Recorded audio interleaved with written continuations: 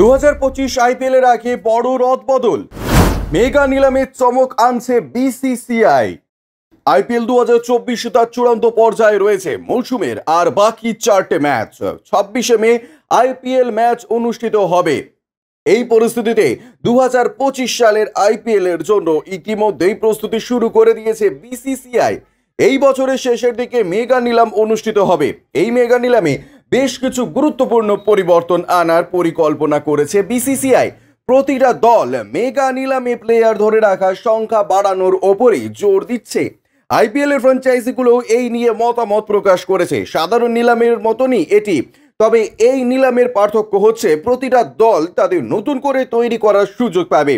কিছু প্লেয়ারকে ধরে রেখে বাকি প্লেয়ারদের ছেড়ে দিতে হবে ও সেই জায়গায় বাকি প্লেয়ারদের সই করাতে হবে। দলগুলোতে সর্বনিম্ন 18 জন খেলোয়াড় এবং সর্বোচ্চ 25 জন খেলোয়াড় থাকতে পারেন, যেখানে 8 জনের বেশি বিদেশি খেলোয়াড় থাকবে না। নিলাম ধরে রাখার নিয়ম অনুযায়ী একটি দলে সর্বোচ্চ 4 জন খেলোয়াড় ধরে রাখতে পারবে। এমন পরিস্থিতিতে দলগুলো 5 জন খেলোয়াড় ধরে রাখার সুযোগ পায়। যে কোনো দল সর্বোচ্চ 2 জন বিদেশি খেলোয়াড় ধরে রাখতে পারবে।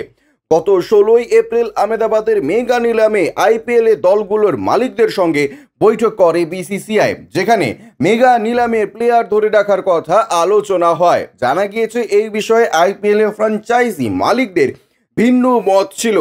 অনেক দলের মালিকরাও এই প্রস্তাবকে স্বাগত জানিয়েছেন এবং অনেকের বিরোধিতা করেছেন। কিছু কর্ণধার আইপিএল এর 8 জন প্লেয়ারকে ধরে রাখার দাবি জানান, আবার অনেকে এই দাবিকে খারিজ করেন। তাদের দাবি, প্রতিটা দল যদি 8 জন প্লেয়ারকে ধরে রাখে সেক্ষেত্রে বাকি দলগুলো শক্তিশালী দল তৈরি করতে পারবে না। এক্ষেত্রে দুর্বল দলগুলোকে বিপাকে পড়তে হবে শক্তিশালী প্লেয়ার নেওয়ার ক্ষেত্রে। যদি চূড়ান্ত সিদ্ধান্ত নেওয়া হয়নি এই বিষয়টি নিয়ে, দলগুলো অধিকাংশের বক্তব্য হচ্ছে যেহেতু তারা 3 বছর ধরে একটি দল তৈরি করে, সেক্ষেত্রে মেগা নিলামে অধিকাংশ প্লেয়ারকে ছেড়ে দেওয়া তাদের সমস্যার কারণ হবে। একটা সেট দল তৈরি করে দিলে দলগুলোর সমস্যা বাড়বে। মুম্বাই ইন্ডিয়ান্সে যার অন্যতম উদাহরণ। ব্যুরো রিপোর্ট, ইউজে নিউজ।